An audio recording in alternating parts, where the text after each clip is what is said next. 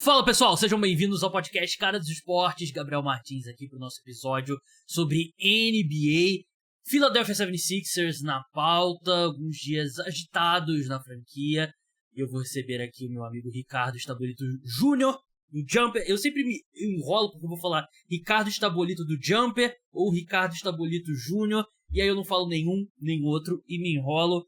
Mas Ricardo, mais uma vez seja bem-vindo ao podcast Cara dos Esportes. Sabe que eu sou fã do seu trabalho do Jumper. Eu senti uma animação diferente quando eu te convidei para falar sobre Philadelphia 76ers.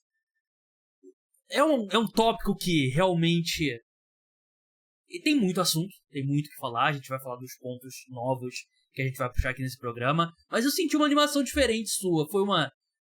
É um tópico que te agrada falar? Bem, oi Gabriel, salve para todo mundo bem, cara dos esportes. Caos, né? Eu gosto, né, cara? Caos, problema, né?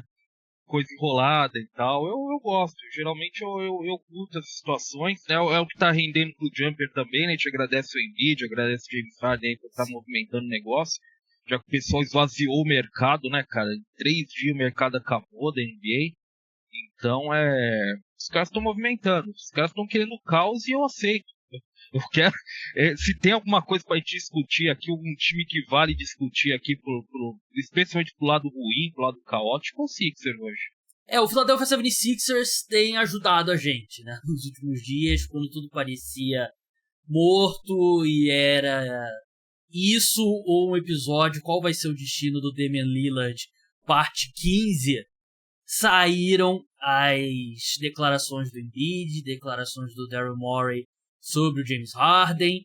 E eu quero falar sobre as duas. Eu quero falar especificamente sobre o Embiid e 76ers em geral, né, os últimos anos da equipe e tudo mais. E uma situação afeta a outra. Então eu quero passar rapidamente pelas declarações que a gente está citando aqui no programa, porque eu acho que não faz muito sentido debater sobre elas separadas, né? Porque, primeiro, o Daryl Morey, ele concedeu uma entrevista e ele disse o seguinte sobre o James Harden: se nós não conseguirmos um jogador muito bom ou algo que possamos transformar em um jogador muito bom, nós não vamos trocá-lo. Basicamente ele disse o que a gente já esperava, né? Conhecendo o trabalho do Daryl Morey, a gente sabe que ele não vai dar de graça, né? Ele é um cara que acredita muito naquela construção de elenco que você tem 2 estrelas, você precisa construir ao redor de 2 estrelas para ser campeão. O Embiid, ele deu uma entrevista, se eu não me engano, no programa do Maverick Carter, né, que é o parceiro de mídia do LeBron, né, o The Shop, o Interrupted, um desses dois. E ele disse o seguinte: eu só quero vencer um título, não importa o que for preciso. Não sei onde isso vai ser, se em Philly, Philadelphia, ou em outro lugar. Depois eu acho que ele viu a proporção que a declaração dele ganhou e ele usou o Twitter pra falar: eu só tava, basicamente ele disse, eu só tava trolando. Vocês não me conhecem e tal, foi só uma brincadeira. Não foi só uma brincadeira. Ele tem 30 anos, o Joel Embiid, venceu o MVP, que era a obsessão dele. O próximo passo é conquistar um troféu, né? Você pensando em termos de legado. E ano após ano, eu separei aqui os anos da era Embiid nos 76ers, sempre parece ter alguma coisa. Então, dá para entender o desconforto do Embiid. O mais imediato é resolver essa situação do Harden, né, Ricardo? Só que a questão é: qual time que vai pagar, que vai enviar um jogador muito bom para um cara em declínio no último ano de contrato como o Harden? A gente viu a foto dele, sim, tem lugar de fala, eu sempre gosto de ressaltar isso aqui. Harden bem gordo na foto. Ninguém vai mandar algo, esses critérios aqui do Daryl Morey, pelo Harden. E eu acho que eles vão ter que meio que os dois lados engolir o ego e jogar mais um ano. Porque se esse for o critério do Daryl Morey, não tem troca pro James Harden. Na verdade, vamos lá. Assim, o James Harden ele aceitou a opção no contrato dele, que foi uma grande surpresa, todo mundo imaginava que ele fosse agente livre, né? Porque ele não tem mercado. Vamos ser bem sinceros. Não tem mercado. E não Nesse tinha na momento, última ninguém vai... off-season já também, né? Não, exatamente. Assim, ninguém vai... Ou pelo menos ele não tem mercado nos termos dele, nos valores dele. Não tem. Se ele chegar pra alguém, Gabriel, vamos ser sérios, se ele chegar pra alguém e falar, eu jogo pela mid-level pra você, é outra história. Mas assim, ele não é isso, entendeu? Ele não tem o mercado que ele espera ter. E quando ele aceita a opção de contrato, ele dá uma sinalização pro mercado, ó. Quem me pegar aí, eu tô afim, eu jogo mais um ano, vocês dão uma olhada e vamos lá. E a gente parte daí. Agora, nada sinaliza que ele vai diminuir a pedida dele. Ele quer um ano, eu jogo um ano pra você e você me paga o máximo depois. Então é basicamente isso que ele tá... Todo mundo sabe que é isso que ele tá falando. Então, assim, o mercado dele é muito limitado.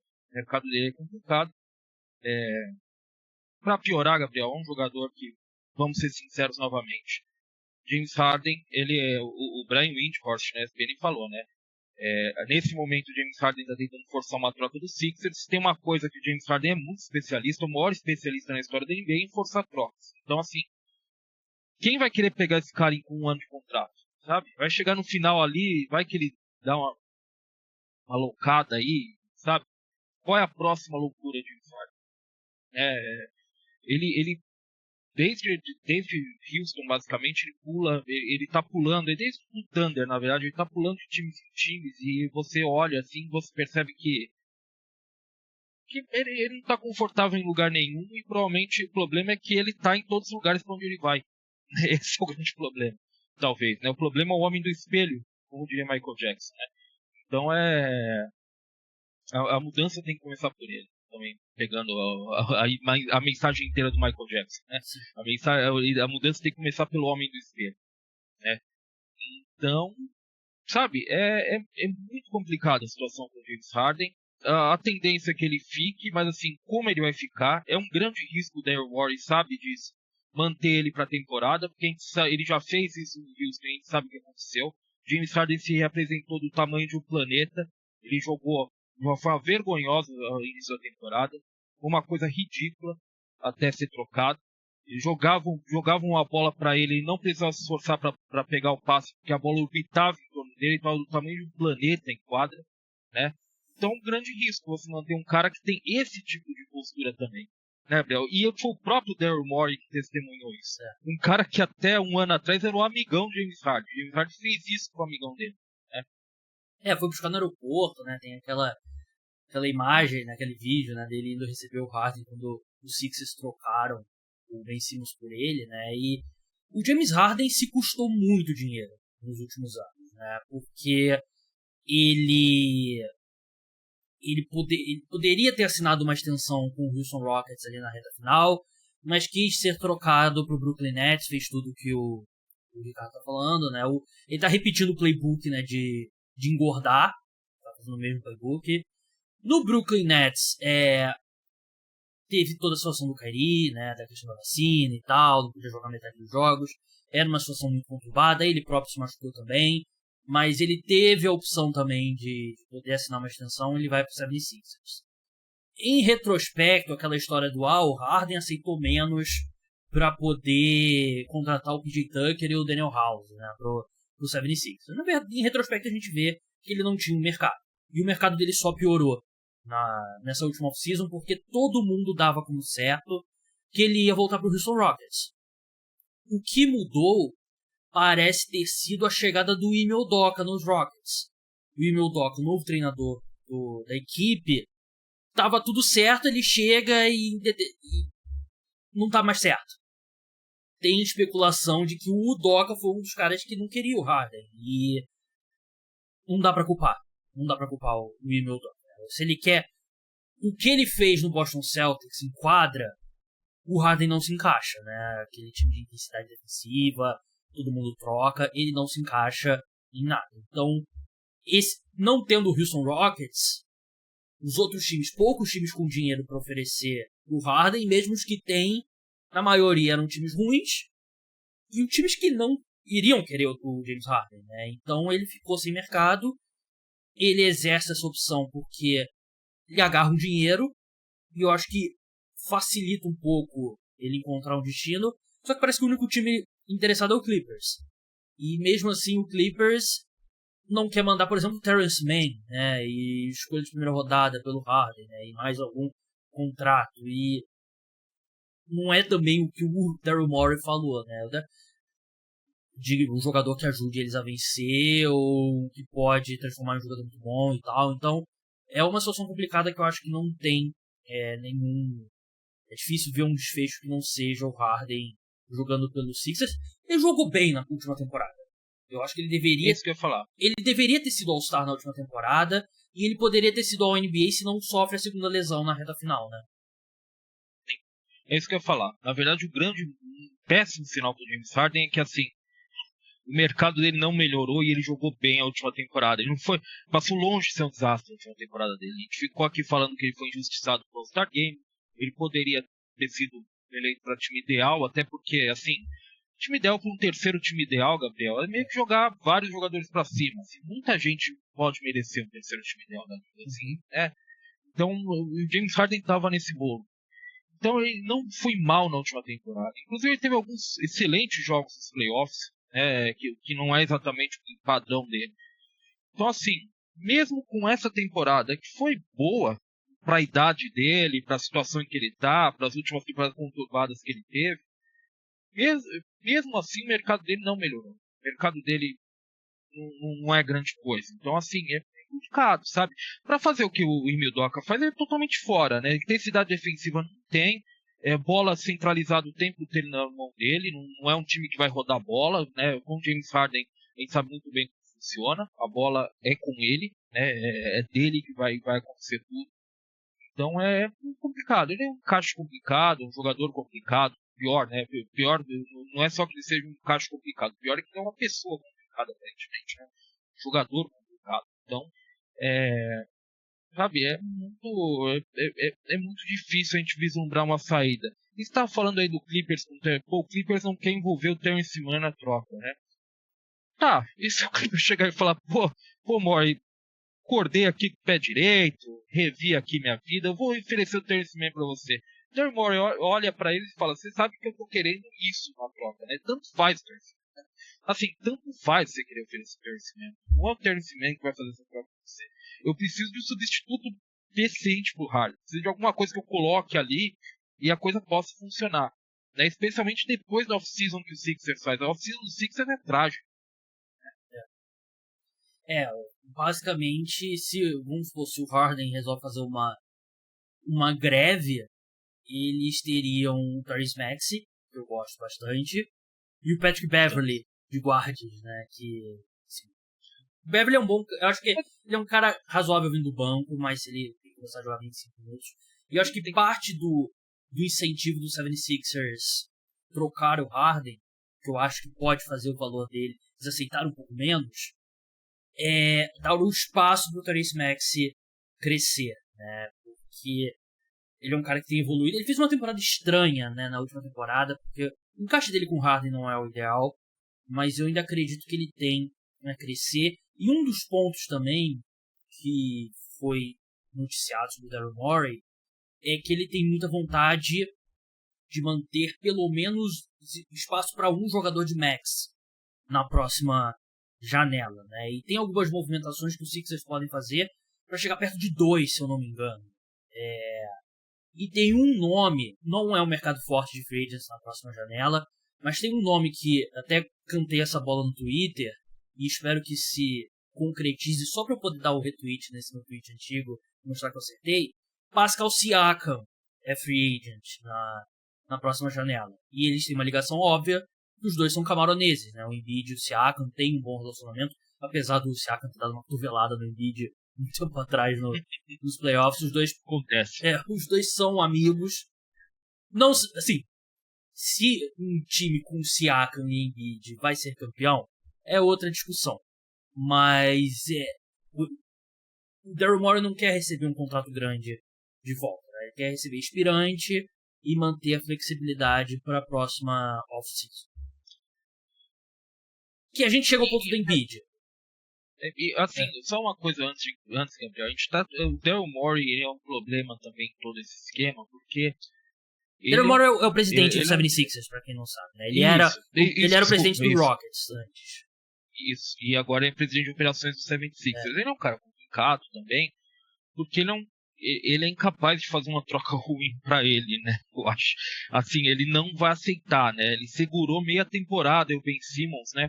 Esperando a troca aparecer, né, cara? Dane-se o que o Ben Simmons ia achar, o que quer fazer. Então ele é incapaz de fazer uma troca. Ele é um cara que ele acredita que ele pode segurar, eu acho que o que ele acredita é que se eu segurar o meu problema por muito tempo, alguém vai ter um problema maior e eu vou ser o bombeiro dele. Entendeu? Eu acho que. Não necessariamente ele tá errado, né? Não, ele não tá errado. Agora, você tem que. Pô, como diria o Chauncey Billups, né? Você tem que ter big balls pra fazer isso. Né? Você tem que ter culhão pra fazer isso, sabe? Porque você vai comprar uma briga, o cara não vai ficar feliz, a franquia vai questionar, o dono do Sixers, o time quer competir e tal, né? Então assim, o cara, eu acho que ele acredita nisso, mas assim, Ben Simmons do jeito que tava era uma coisa, o James Harden provavelmente deixar sem jogar é outro, o James Harden ele tem potencial para dar problema se você encostar ele. E o James Harden, assim, um dos pontos que eu ouvi sobre o Damian Lillard, será que ele vai fazer uma greve com o Portland Trail Blazers? Um dos pontos que foi falado o Lillard gosta muito de basquete para não jogar basquete. Kevin Durant, a mesma coisa. Ele vai fazer uma greve do Nets se eles não trocarem. Não, Kevin Durant não quer não jogar basquete. O James Harden é um cara que eu sei que ele estaria confortável. James Harden tem mais prioridade que o basquete. Ele estaria, e assim, a gente tá numa era que os caras gastam milhões de dólares todo ano para cuidar do corpo, e o Harden não é esse caso, né? E até uma coisa que a gente falava dele no auge da época do Rockets, ele era um cara tão técnico que a gente pensava, o estilo de jogo dele, por não depender tanto da parte física, pode envelhecer bem, né? Ele pode ter um auge mais longo, só que isso provou o contrário, né? Ele perdeu muito, ele é um atleta muito inferior ao que ele era no auge, e ele não... E também, assim, nessa altura da carreira, não vai ser, agora eu vou comer salada, né? E aí ele vai ser o LeBron e vai jogar em alto nível até os 38 anos. Né? Não é... O LeBron tá jogando nesse nível agora pelo que ele fez 10 anos atrás, né? Cuidando do corpo dele. Isso muda de uma hora para outra. Que nos leva para Joel Embiid, que é o processo. Ele é a joia da coroa do processo. Eu vou falar um pouco sobre o processo para quem começou a acompanhar a NBA mais recente, não pegou essa época obscura que assistir jogo do 76ers era o mais próximo de tortura que a gente tinha na NBA. Relembrando a declaração do Joel Embiid, eu só quero vencer um título, não importa o que for preciso. Não sei onde isso vai ser, se em Philly ou em outro lugar. Tem alguma versão desse elenco do 76ers que você consegue ver competindo por um título nessa temporada? Ou é mais uma situação que você já está pensando em movimentos na outra janela que vai ter o Embiid com 31 anos? Porque tem sempre aquela coisa, a próxima estrela a ficar insatisfeita e pedir a troca. E acho que se a gente estivesse fazendo um draft aqui, estivesse tirando o time, escolhendo os nomes mais prováveis, o Joel Embiid seria a primeira escolha ou uma das primeiras escolhas, né? Sim, Gabriel, tô sendo sincero, toda hora eu falo, vamos ser sincero. Parece que eu tô querendo mentir o tempo inteiro. O público né? pode presumir que você tá sendo sincero na maior parte do tempo. Eu acho que dá, eu acho que dá. Embora a pessoa que fala, vamos ser sinceros o tempo inteiro, é porque ela tá mentindo. Na outra parte. Ela tá entregando que tá mentindo, mas vamos lá. Conversa sincera aqui, né? Sempre inteiro. Eu não acho que era absurdo você pensar que o Sixers deve ser campeão do leste, por exemplo, na última temporada. Eu acho que você tinha um campo aberto. E esse campo aberto se provou. O oitavo colocado, sétimo colocado do leste foi o campeão da conferência. Mas não com o Miami. A gente achava que assim, o campo estava aberto para 3 times. Para Bucks, para Sixers, que fez uma temporada boa, e para o Celtics. Né? a grande questão é o que aconteceu no off-season, o que aconteceu na agência livre. O Sixers ruiu na agência livre, sabe? Eu não sei se entrou em parafuso por causa da questão do Harden e tal, que a gente não estava esperando. Acho que ninguém estava esperando exatamente, né? Meio Que que fosse travou esse o o time caminho. todo, né? Travou tudo, né? Perdeu o George Niang, assim. Eu não sou o maior fã de George Niang. Eu tô aqui, né, com cartaz aqui atrás de mim com o George Niang saltando uma enterrada. Mas assim, alas que fazem o que ele faz saindo do banco, que aceitam ser esse cara, carregador de piano, que espaça a quadra no ataque, não precisa da bola, só fica espaçado lá e arremessa quando a bola cai na mão dele, se esforça na defesa. Esses caras que às vezes nem são o 3D exatamente, eles são o 3 meio D ou D meio 3, né? Esses caras eles são valiosos demais. Se o Sixers perder esse cara, assim, nem lutou pra manter esse cara, né? É um cara que saiu por 8 milhões por ano, assim, né? 8 milhões por ano tá bem entregue pro George Young nesse mercado. Não é como. Não dá pra entender o Sixers. O Sixers perdeu por 4 milhões o Jalen McDaniels pros Raptors, que assim, eles investiram uma escolha de primeira rodada na trade deadline pra pegar, né? Então, é um elenco que ruiu durante a agência livre em quase tudo que ele podia. Shake Milton, que provavelmente seria um pouquinho mais importante agora que o James Harden pediu para ser trocado. Saiu, não fizeram força para manter. Eles mantiveram o Montrezl Harrell, né? Sim, o Montrezl Harrell foi horrorosa a última temporada dele. Não tiveram o Paul Reed. Que esse é legal, mas assim, o impacto do Paul Reed é muito limitado pelo Embiid. O Embiid vai jogar 35, 40 minutos por jogo. Eu tenho um reserva legal pro Embiid, mas qual é o impacto disso, né? Se o Embiid tá lá quase o tempo inteiro jogando. Então é muito complicado. Mas em termos de elenco, de fundação de elenco, digamos assim, desses caras aí que dão corpo pro seu elenco, o Sixers ruiu, né? É muito complicado você ver o Sixers conseguindo a essa altura do mercado, Gabriel, repor esses caras. Porque o mercado acabou, bicho. Vamos ser sinceros, o mercado acabou. Vai ter que conseguir uma belíssima troca pelo Harden para repor tudo isso aí. Uma troca que eu gostava do Harden e pro 76ers, eu acho que eu cheguei até a comentar com você, é uma troca envolvendo 3 times e mandando tipo Tyus Jones e algum dos alas do Clippers pro 76ers, escolha do Clippers pro Wizards e tal, e o Harden pro Clippers, que eu acho que daria uma arredondada nesse elenco, porque eu acho que tem um espaço para crescer. A ausência do Harden, de novo, a ausência do Harden e o Maxey tendo mais espaço, eu acho que ele tem espaço para crescer. Mas, assim, o Sixers está no relógio com o Joel Embiid, né? Porque se não for agora, mais uma temporada ruim, eu acho que a gente vai ver um pedido de troca do Embiid. Tem um destino óbvio, que é tão óbvio que as coisas que são muito óbvias na NBA acabam nunca acontecendo, parece, que é o New York Knicks. Porque, literalmente, o presidente do Knicks agora era o agente do Embiid, né? Então, é uma ligação muito óbvia. Os Knicks têm ativos, né? Mas, assim, eu não sei o... Você falou sobre ter big balls. Eu acho que você pagar um pacote a lá Paul George, a lá Anthony Davis, a lá Kevin Durant pelo Embiid, você tem que ter cojones. Você tem que ter muita coragem, porque é um cara que já tá entrando, assim, tá no ápice. A tendência em breve é começar a contar pra baixo.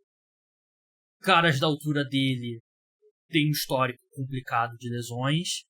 Então também é um risco muito grande, até para um time que vá se interessar pelo Embiid, pagar o que o 76ers julgaria necessário. Porque seria uma troca nos moldes do Kevin Durant, do Paul George e do Anthony Davis, né? Então, até nesse ponto é muito difícil também. É muito complicado. Assim, o Embiid, você está falando, o histórico de queda desse tipo de jogador é complicado. O histórico de lesão do Embiid a gente esqueceu nos últimos anos porque ele cessou, mas o Embiid, né, o início da carreira dele não existiu, os primeiros 2 anos da carreira dele, porque ele não conseguiu jogar. É que a gente esquece disso agora. Eu lembro muito de um caso muito parecido com ele, que teve lesões como a dele, a fratura do osso navicular do pé, por exemplo, que foi o Zaidan Ilgauskas, jogador que jogou com o Varejão no Cavs, adoro o Ilgauskas. O Ilgauskas era muito bom jogador. O Ilgauskas envelheceu bem. O Eagles conseguiu ter um final de carreira legal, mas o Eagles jogava tão diferente do Embiid na segunda metade da carreira e virou um arremessador, basicamente. O Embiid não vai ser isso. Né? O Embiid é muito diferente. Então é muito complicado. Você vai ter que ter o culhão para investir no Embiid, assim, a partir de agora 31, 32 anos, assim. Eu acho que times precavidos, eles vão ter que fazer muito exame, vão ter que avaliar muito a questão física do Embiid, porque o Embiid não vai assinar por menos do que o máximo do que ele pode, nesse momento, obviamente, nem precisa fazer isso. Mas esse é um tipo de cara que ele pode ter uma queda aí errada com 33 anos e aí a carreira dele virar uma turnê de despedida, basicamente. É muito complicada a situação física dele, assim, a gente não lembra, mas é muito, muito sério isso da carreira dele. Eu separei aqui o histórico dele temporada por temporada. Porque eu acho que tem algumas coisas que foram azar dele e do 76ers. Eu tenho duas categorias aqui. Os grandes erros do Sixers e os grandes azares do 76ers. E é bem assim mesmo. E as temporadas do Embiid, como você falou, as duas primeiras ele não jogou. Ele sofreu uma lesão antes dele estrear na NBA. E a equipe ainda estava naquele modo tanking total, então também não teve pressa para colocar ele em quadra. Ele entra em quadra na terceira temporada dele. Ia ser o Rookie of the Year, né? De toda aquela discussão, ele e o Brogdon. Só que ele se machuca em janeiro. Ele estava fazendo uma temporada fantástica, se machuca em janeiro. Ele ia ser novato do ano. Ele ia ser novato do ano, certamente. Eu sinceramente não sou fã. Por exemplo, Chet Holmgren esse ano. Não acho que ele deveria concorrer a calor do ano. Mas se tá na regra... É assim que funciona. Se é assim que funciona, tudo bem. Jogou 31 partidas. Segundo ano dele, de fato, na NBA, né? Quarto no geral, segundo ano que ele joga.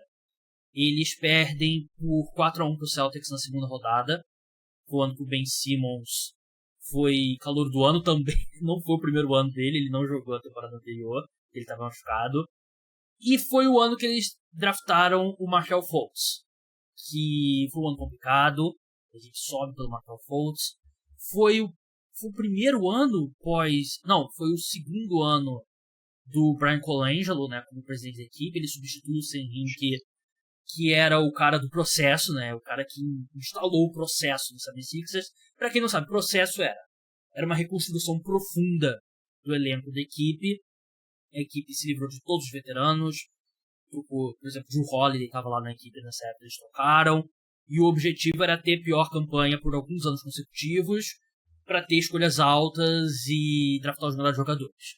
E isso eles draftaram o Embiid e o Ben Simmons, mas eles também draftaram Nerlens Noel, o Jelly Okafor, né? Então não foi dos melhores. E na verdade, Gabriel, a grande diferença em relação a todos os processos de reconstrução da NBA é que esse do Sixers ele era muito escancarado. Ele realmente era meio que vergonha alheia assim, para a NBA olhar para aquilo, porque era muito escancarado. Era muito. Os outros donos começaram a ficar irritados e parte da saída do Senrin, que foi pressão da NBA, não dá para continuar, porque também, assim, tem aquela coisa de os times repartem grande parte das verbas e tal, e os outros times estavam vendo um time que ninguém queria assistir na televisão, estava recebendo o mesmo que eles, né, de cota televisiva, né, começou a ficar todo mundo puto. 2018 2019, eles perdem pro Toronto Raptors naquele arremesso do Kawhi, na segunda rodada, que pra mim foi o melhor time dos 76ers nessa fase. Realmente. Era o time do Jimmy Butler, tinha o J.J. Redick, era Ben Simmons, J.J. Redick, o Jimmy Butler, Tobias Harris e o Embiid. Ben Simmons e o Embiid nunca foram um encaixe ideal, mas foi a melhor versão desse time. Pode falar. E assim, a gente fala muito, por exemplo, do pé do Kevin Durant, que poderia ter feito o Nets ser campeão da NBA e acabou por ele ter pisado na linha, o Nets não vence aquela série contra o Bucks acaba vencendo e é o campeão. Esse é outro caso. Esse é um caso que realmente a bola subiu ali, bateu 2 vezes no ar e caiu. Pra eu que tava torcendo no Raptors, não escondo, eu tava torcendo pro Raptors naquela série, adoro o Toronto, acho que o time que teve uma saga incrível até ser campeão, muita decepção e tal, torcia pra eles, eu fiquei exultante aqui, mas a face do que aconteceu, o Embiid dando 2 passos e começando a chorar, né, porque, né, levantando do chão, dando 2 passos e começando a chorar, porque ali Foi a melhor chance. É muito, cara, foi muito isso. Foi a melhor chance da equipe, e foi assim, tipo, um dos arremessos mais... É um dos maiores arremessos da história da NBA, né, e a forma como ela... assim, e num jogo 7, né? Ser o último. O 7. Isso nunca aconteceu. Isso é um caso único. Buzzer beater em jogo 7 de playoff nunca aconteceu. É só esse do Kawhi. No ano seguinte, o Ben Simmons se machuca e eles são varridos pelos Celtics na primeira rodada. Foi na bolha, né? Foi vergonhoso. Uma eliminação muito vergonhosa para os 76ers. 2021 foi o famoso Ben Simmons passando a bola pro Thibault, porque ele viu que o Trae Young ia chegar lá dando um baita toco. Né? A gente sabe que o Trae Young é um jogador muito acostumado, né? A proteger o aro, excelente. O cara que intimida, né? O cara que realmente intimida. Exatamente, né? Pra quem não entendeu a ironia, o Trae Young tem 1,80m, né? O Ben Simmons tem 2,5m, 2,6m, os melhores atletas da NBA. Ele claramente ali, ele tava no... Não foi só aquele lance, o fato dele não ter ido pra enterrada. Ele não foi pra enterrada porque ele tava com medo de lance livre, porque nada dele tava caindo, e enfim, depois daquilo o Ben Simmons nunca foi o mesmo. Tem a greve dele na temporada seguinte, até a troca pelo James Harden. Eles perdem pro Miami Heat na segunda rodada dos playoffs, Miami Heat que perderia depois em 7 pro Boston Celtics, que perderia pro Warriors na final da NBA. O Embiid não jogou os 2 primeiros jogos daquela série contra o Miami Heat machucado, que é um ponto recorrente. Ele joga muitas vezes no sacrifício nos playoffs. Isso. E na última temporada, eles perdem pro Boston Celtics na segunda rodada, depois de estarem vencendo por 3-2 na série. Eles tiveram 2 oportunidades de vencer e avançar para a primeira final de conferência da carreira do Joel Embiid. Não consegue. Então você tem aqui 1, 2, 3, 4, 5, 6, 7, 8, 9 anos de Embiid. Nunca chegou numa final de conferência. Vários desses anos ele não estava 100% nos playoffs fisicamente. É um histórico grande, né, Ricardo? É um histórico grande que eu vejo muito essa discussão que eu acho que é injusta. Eu sempre falo aqui. O jogador, ele não pode vencer nos playoffs, o estilo dele não se encaixa e tal, até que ele vence nos playoffs. Até que ele vence, exatamente. É exatamente isso. Com o Giannis era a mesma coisa, né? Quando ele já estava começando ele não vai atropelar todo mundo, ele não vai atropelar todo mundo até ser campeão, Sim. Ele não vai passar por cima de todo mundo pra ganhar um título, passou. Então o cara é pipoqueiro até que ele vence um título. Então, não... até que ele não é mais. Então é exatamente isso. Isso não acho que o Embiid é pipoqueiro. Mas você tem um histórico aqui do Embiid não chegar bem fisicamente nos playoffs. Dá pra gente ter esperança que isso vai mudar? Não. Eu acho que o que o Sixers tem que fazer é aproveitar que ele reassinou com o Paul Reed, teve que investir. Sim. Acho que o único investimento basicamente do Sixers nessa off-season foi manter o Paul Reed, igualar a proposta do Jazz para manter o Paul Reed. E tem que pensar seriamente, sabe?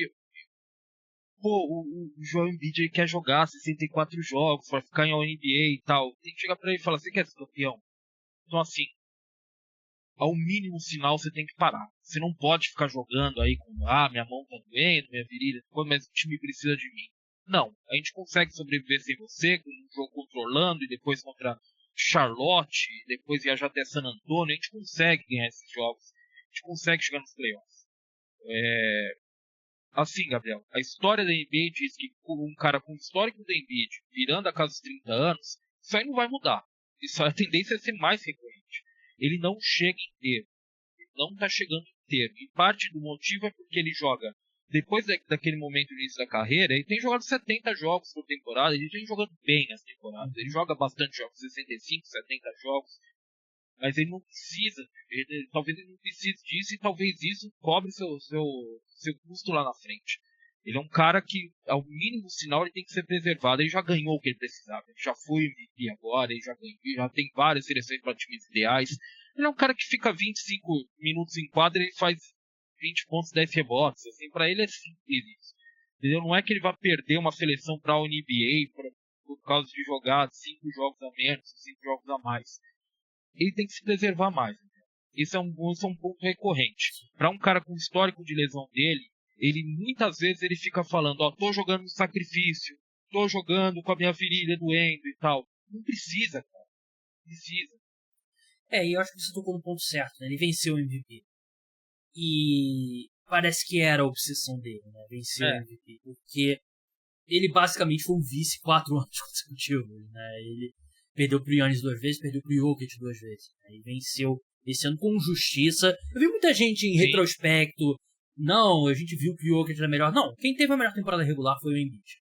O Jokic fez o que o Embiid precisou fazer, né? O Jokic foi poupado na reta final da temporada, né? Porque... E eu acho que ele tem que entrar nesse modo. Outras estrelas mais veteranas fazem isso, né? O Curry, pra mim, ainda é um dos 3, 4 melhores jogadores da NBA. Ele não vai vencer MVP porque ele não vai jogar jogo suficiente pra vencer MVP, né? O Kevin Durant não vai jogar jogo suficiente pra vencer MVP, né? Mas aí o objetivo é todos chegar 100% fisicamente nos playoffs. E a gente tem visto o Curry muito bem fisicamente nos playoffs. Tudo bem, jogadores completamente diferentes, né? Mas o Embiid tem que entrar nesse modo agora, e eu acho que vai ser mais fácil ele entrar nesse modo agora, tendo vencido o MVP. Vai ter um treinador melhor agora, no meu ponto, o Nurse. Eu sei que tem muita gente que não é fã, mas eu era menos fã ainda do Doc Rivers, e menos fã ainda do Brett Brown. Brett Brown, horroroso. Que me leva aqui... Enfim, deixa, vai. Me leva aqui a lista, né, que eu fiz, né, os grandes erros dos Sixers e o que foram azar. Tem 2 azares grandes no Philadelphia 76ers. O primeiro foi a troca pelo Fultz. E tudo bem, eles tomaram a decisão de subir, mas, assim, em retrospecto, claro, foi um desastre. Eles poderiam ter selecionado o Tatum com a primeira escolha geral. Eles poderiam ter Embiid e Tatum juntos. Só que, na época, todo mundo defendeu a escolha do Fultz, né? Ele parecia ser o cara ideal para jogar com o Ben Simmons e era considerado o favorito para a primeira escolha geral. A gente sabia que o Lonzo ia ser a segunda escolha geral. Foi meio maluco, né? Todo mundo decidiu. Todo mundo sabia que o Lakers ia selecionar o Lonzo Ball. Todo mundo decidiu na segunda escolha geral e volta aquela coisa meio que, sei lá, o Lakers tem o direito divino de ter todos os jogadores que eles querem, né? E foi assim com o Lonzo. E aí tem toda a história lá que o Fultz vai fazer um treino com o Celtics, que tinha a primeira escolha geral, né? Se não me engano. Era isso. O 76ers tinha a terceira. E aí, do nada, o Celtics, pô, 76ers, você não quer trocar aqui pela primeira escolha? Deveria ter sido a maior red flag. Mesmo que eles não selecionassem, mesmo que o Celtics selecionasse o Tatum com a primeira escolha geral, em retrospecto teria sido melhor, mas era uma escolha defensável o Fultz, né? Não dava pra imaginar o que ia acontecer com o Fultz depois, porque até é uma coisa meio sem precedente, né? A lesão que ele teve e o fato dele desaprendeu a arremessar, né? Foi um problema no nervo, né? Se eu não me engano, no ombro, né? Sim, isso aí é uma história muito... É uma história que, aliás, a gente não sabe ela inteira até hoje, né? O que aconteceu. O primeiro ponto, né, Gabriel, na verdade, é que ele aparece no training camp com um arremesso diferente. Ele mudou totalmente a mecânica de arremesso dele no meio entre o draft e a apresentação dele para o time, né, em 3 meses. Aparentemente o time não monitorou isso, né, não monitorou que ele passou 3 meses treinando para mudar a mecânica de arremesso dele. E, assim, tinha a ver com a dor no ombro, né? Já tinha a ver com, provavelmente já tinha a ver com a dor no ombro, porque não havia nenhum motivo. Ele é um cara que, para quem não sabe, ele era um jogador ofensivo basicamente completo. Ele chutou 40 para 41% para 3 pontos da Universidade de Washington. Assim, não havia motivo para ele mudar a mecânica de arremesso dele. Algumas pessoas diziam que era uma mecânica baixa, mas assim, Gabriel, se o seu problema é mecânica baixa ou alta não é problema, mas mecânica baixa, você não muda de uma hora para outra, sabe? Você vê se ela vai funcionar na NBA, vê se você está conseguindo fazer seu arremesso lá na NBA, e aí se não conseguir, se tiver problemas, você muda. Não é motivo para você já ir mudando com tudo, especialmente quando você é um excelente arremessador, como ele era no nível universitário. Então e a partir daí só desandou, né? Só foi ladeira abaixo. Pra mim isso é azar. Pra mim, É azar. sim, claro, em retrospecto a gente sabe que a escolha deveria ter sido o Tatum, mas foi azar. E o outro azar é... Muito pouca gente escolheria o Tatum. É. Sim, pouquíssimas pessoas escolheriam o Tatum. O Tatum era meu jogador favorito naquele draft. Eu teria escolhido Markelle Fultz primeiro.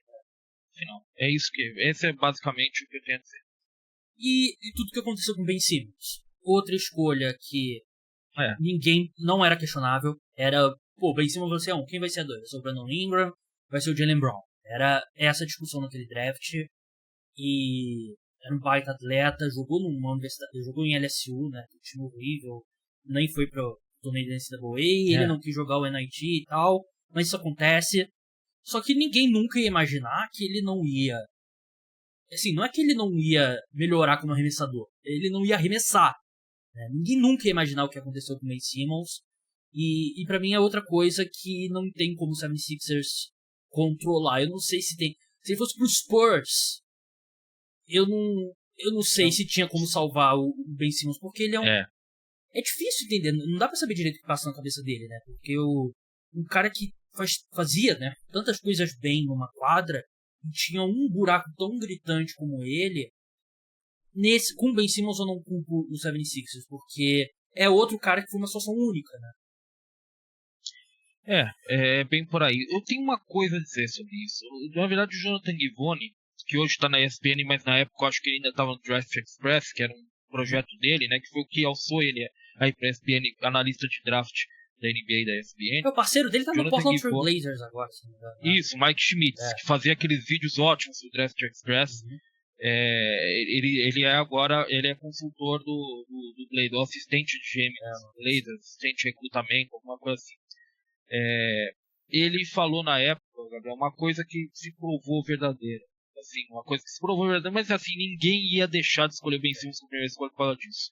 Mas ele dizia, existem comentários nos bastidores, algumas pessoas questionam o amor dele por basquete. Isso tem todo ano também. Se ele tiver uma lesão, por exemplo, se ele vai se esforçar realmente para voltar, ou se tem um contrato aí enorme, se ele simplesmente vai levar do jeito que for, sabe? E isso sempre tem, como você disse, mas nesse caso se provou verdadeiro, porque assim, é a única forma de se explicar um cara que tem um buraco gritante no jogo dele, nunca trabalhou nele, nunca mostrou grande interesse nisso. Ele é a perfeita visão na NBA do meme lá do cara pegando da casa pegando fogo, falando, não, tá tudo bem. Ben Simmons hoje é isso. Ben Simmons ele parece estar vivendo uma realidade paralela. Tá todo mundo acabando com ele, a casa tá pegando fogo e ele não se importa. Esse é o grande problema. Ele não passa a imagem de alguém que está se importando com a ladeira que ele está descendo na carreira dele. A carreira dele basicamente acabou. E ele não se importa com ele, não passa a menor impressão de que está se importando com isso. Sim, o encaixe dele com o Embiid acabou nunca sendo o ideal, mas... Não. Nunca foram amigos também, né? Depois se descobriu que eles realmente não fazem a menor questão de ser amigo do outro, embora trabalhassem bem, tem que ser isso, é isso aí, não precisa ser amigo, tem que trabalhar bem, mas... É o normal, né? Mas assim, seria melhor se a gente soubesse que eles tinham uma amizade um pouco... Uma amizade não, mas uma relação um pouquinho mais quente, porque realmente parece que a relação deles é extremamente fria. Sim. E eu lembro, me chamou a atenção, não sei se você lembra daqueles vídeos do Matisse Thybulle, aqueles vlogs do Matisse Thybulle na bolha, né, que foram muito legais, e nunca estavam em vídeo e o Ben Simmons juntos, né, nunca estavam, e acho que em retrospecto era um sinal, mas assim, pra mim é um baita azar, toda a situação do Ben Simmons é um baita azar com os Sixers. Agora os erros do Philadelphia 76ers de fato, a insistência com o Brett Brown. O Brett Brown ficou 2 anos a mais do que ele deveria ter ficado. Claramente, ele tinha um time muito difícil de montar nas mãos dele, é verdade, mas a equipe insistiu muito nele, mais do que deveria, e custou a eles também o Jimmy Butler. Porque o grande problema do Jimmy Butler nunca foi com o Embiid. O Embiid elogia o Jimmy Butler pela imprensa, o Jimmy Butler também elogia o Embiid, e o próprio Embiid já mandou em direto assim, como que a gente perdeu esse cara e tal, não sei o quê. Mas o problema do Jimmy Butler era com o Brett Brown. E dava pra, na minha opinião, claro que tô de fora, mas vendo a entrevista do Jimmy Butler falando sobre o assunto, eu acho que dava pra ter salvo a relação. Porque depois daquele ano do Raptors era claro que precisava de uma mudança. Né? Só que você perde o Jimmy Butler, você insiste mais um ano no Brett Brown, e aí você traz o Doc Rivers, que eu também não sou muito fã, mas pra mim de todos os erros aqui do Sixers, a insistência do Brett Brown é o maior. Sem dúvida, eu também acho. Eu acho que esse é o grande ponto. Brett Brown, falei que Brett Brown é horroroso. Eu acho que exagerei um pouco, porque assim, quem é Ricardo Stabolito também pra comentar, técnico da NBA, um cara que chega a ser técnico da NBA é horroroso. Vamos com calma também. Às vezes a gente é um pouquinho caloroso demais nos comentários. O Brett Brown, ele não vai ser o técnico de um time campeão da NBA. Isso é muito claro. Tanto que ele não voltou a ser técnico principal de time nenhum depois que ele saiu dos Sixers. Então, exatamente. Então, assim, esse é o grande erro. Pra mim, esse é o grande erro. Pra mim, eu concordo com você. Porque não só um erro ter mantido ele no cargo, né? Como eu falei, basicamente custou de perder o Jimmy Butler, né? Tudo bem, o Jimmy Butler, ele dá mais um passo na carreira dele quando ele chega no Miami Heat. Ele sobe a um nível que ele não estava nos 76ers, mas eu acho que eles pagaram um pouco por ele, né? Na troca com o Timberwolves, né? E ele era perfeito, né? O que a equipe precisava, enfim, perdeu ele. A contratação do Al Horford nunca fez muito sentido. A contratação do Al Horford tem muita cara de que eu preciso tirar o Al Horford do caminho do Embiid, então o melhor jeito que eu tenho é colocar do lado dele. Porque o Al Horford, em certo momento, se criou essa imagem, né? Que o Al Horford era o anulador do Embiid, né? Em playoff, especialmente. Então, sinceramente, é muito louco isso, mas eu acho que tem um pouco disso. Eu acho que eles falaram, quer saber, eu acho que eu vou tirar o Al Horford do caminho do Embiid. E o único jeito de fazer isso é contratá-lo. E foi estranho, né? Foi estranho, nunca ornou. Isso é bem claro. Baita contrato que eles depois tiveram que pagar, né, pra se desfazer e nunca fez sentido. E aí o Al Horford voltaria ao caminho do Embiid, né? No Celtics voltou a ficar no caminho do Embiid. É assim que funciona. Teve, assim, inimaginável o Al Horford ter essas últimas 2 temporadas que ele teve também, né?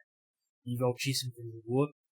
E teve todo o imbróglio com o Bryan Colangelo, né? Que foi contratado ali meio que pra empurrar o Sam Hinkie, né? E funcionou, o Sam Hinkie pede demissão.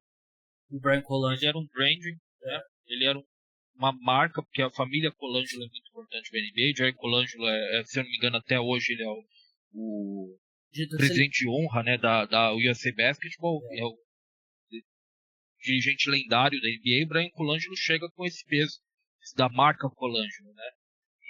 Do nepotismo, ok. Vamos sim. Até porque o Jerry Colangelo, na verdade, ele assume como presidente de operações do Sixers e traz o próprio filho para ser GM. Foi assim que chegou, né? Sim. Na verdade, foi isso que aconteceu. Mas foi uma sugestão agressiva da NBA contratar ele. Sim. E o Sam Hinkie acaba saindo, ele publica aquela lendária carta, né, explicando tudo e tal, não sei o quê.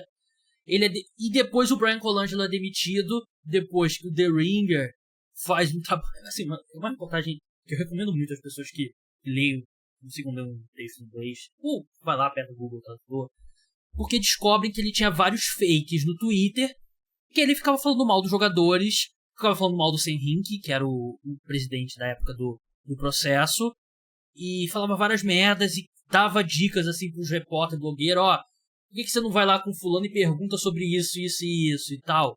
É um negócio bizarro e, tipo, a forma como eles descobriram é que as contas seguiam, tipo, o filho do Bryan Colangelo, a esposa, o time da universidade que ele jogou, que ele estudou e tal, não sei o quê. E eu entendo a saída do Sam Hinkie. Eu acho que o Sam Hinkie, ele cometeu erros que acabaram prejudicando ele, né? E ele poderia ter sido um pouco menos escancarado, ele poderia ter trazido um pouco mais a imprensa pro lado dele e tal, mas ele cometeu muitos erros. Mas a contratação do Bryan Colangelo... A relação dele com agentes, né? A relação dele com agentes era muito ruim, ele realmente queimou algumas pontas do Sixers nesse sentido. que eles estão tentando reparar até hoje. Mas essa contratação do Bryan Colangelo, pressionados pela NBA, e o desastre que ele foi, eu não sei nem se dá pra colocar em azar, né? Porque não tem como o Sixers controlar que o general manager deles vai ficar batendo boca com gente no Twitter. É meio complicado, né, cara? Eu não sei que você é Kevin Durant, que todo mundo hoje assume, já sabe que ele tem contas fake e vai ficar enchendo o saco pela internet, né? Então você não conta que outros jogadores, ou especialmente dirigentes, caras, né, pô. Mas o que fazer, 50, né? 60 anos de idade, né, cara? Mas o que fazer, né, cara? E tem uma que é clássica, que alguém tava sacaneando o colarinho da camisa dele, que era muito grande. E ele falou assim, não, isso é um colar... ele no fake. Isso é um colarinho normal, procura outra forma de xingar o Brian Colangelo. É um negócio assim, sensacional, cara. É uma história... O cara engaja, né? O cara tem que ser ele pra engajar uma discussão sobre o colarinho da camisa, né, cara? Tem que ser ele, não tem jeito, né, cara? E assim, não tem como alguém comprar essa briga. E muitos desses erros foram na era aí do Brian Colangelo, né? Agora é o Elton Brand, né? Ainda né? O presidente do 76ers.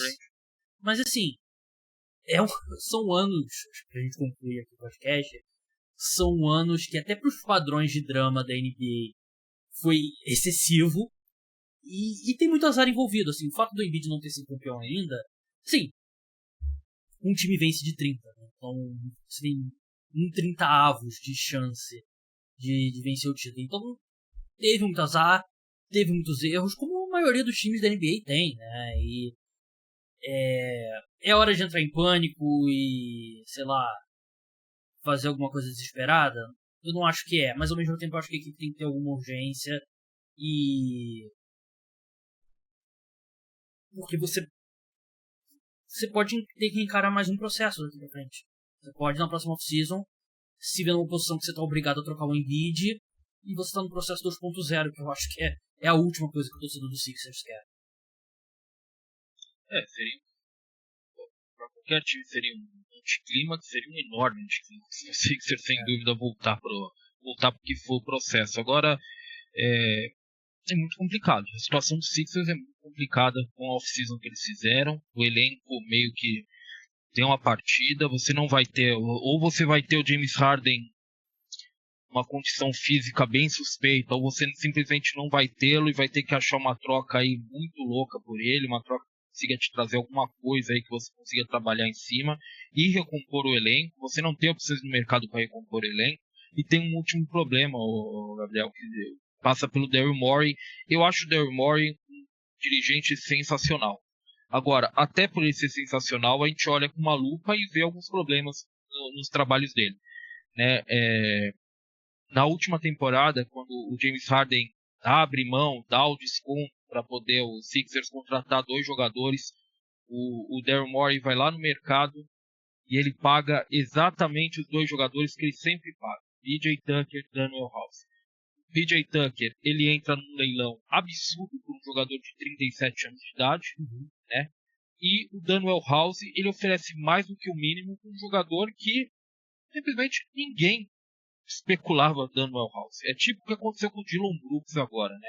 Com o Rockets. Ninguém estava competindo com o Rockets e o Dillon Brooks. O Rockets foi lá e deu 20 milhões, 25 milhões na mão do Dillon Brooks por ano porque quis, porque não tinha ninguém para competir com o Rockets. O Danuel House é a mesma coisa por um jogador que a gente sabe que é um jogador que no máximo é um bom operário, né? Então esse é um problema para mim do Danuel House, do Daryl Morey. Daryl Morey, ele é um gerente que para ativar mercado, para explorar mercado, ele é pouco criativo. E sempre vai atrás dos mesmos jogadores. Você pode ver que ele está sempre reciclando aqueles jogadores que deram certo no Rockets com ele. Trevor Ariza por aí, né? Se ele tivesse jogando, estaria aí. Não tem a menor dúvida que ele estaria aí. Porque ele sempre recicla os mesmos jogadores. Então, quando você entra numa situação como essa, em que o cara tem que ser extremamente criativo, porque ele tem que repor peça e não tem mercado simplesmente para isso, ele tem que enxergar o mercado. O Morey não é exatamente esse tipo de GM nesse momento da carreira dele, ele já foi mais isso. Mas nesse momento ele não é, cara. Ele é um cara que ele olha mesmo ele sempre olha para a igrejinha dele, os caras que são os parceiros dele, né, os caras que ele confia. Não há nenhum problema nisso. Se pudessem ser mais do que 3 ou 4 só, né? Porque são sempre os mesmos 3 ou 4, Gabriel. Podia ser uns 10 pra ele variar um pouquinho. Uma das maiores surpresas da minha vida é o Eric Gordon não tá nesse time ainda, né? Outro passo também. Olha, ele pode ter tentado. Às vezes é porque não. Provavelmente não foi por falta de tentativa mesmo. Tem a dúvida.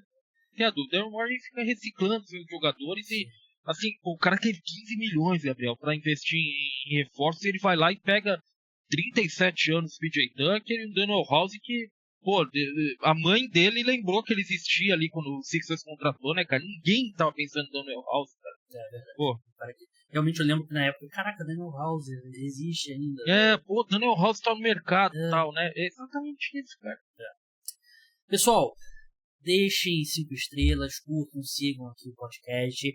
É importante pra gente continuar subindo nos rankings.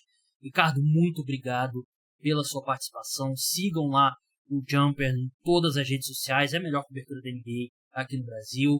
Como é que o pessoal faz para encontrar vocês lá? E você também, especificamente nas redes sociais? Nas redes é só procurar o Jumper Brasil, o Jumper Brasil, né? Em várias redes, né? Às vezes o Mastor até no OnlyFans pode ter botado a gente, vai saber. Mas pode procurar por aí, sempre com Jumper Brasil você vai encontrar, inclusive o site, obviamente, se você procurar jumperbrasil.com.br, você vai encontrar ele. E eu aí é por conta e risco da pessoa, né? Se quiser algo mais próximo, né? O @estabolito, como meu sobrenome Jumper também. E aí é mais aberto a discussão, né, Gabriel? A gente fala de mais coisa lá, né, cara? Tô começando um save de Pokémon aí, novo aqui, porque acabei comprando no Prime Day, ele físico aí, eu vou comentar isso lá, essas coisas. Missão Impossível, que já, né, comentando bastante, a Barbie, Oppenheimer, nessas coisas aí. Às vezes cai alguma coisa de basquete lá, assim, por conta e risco da pessoa que segue.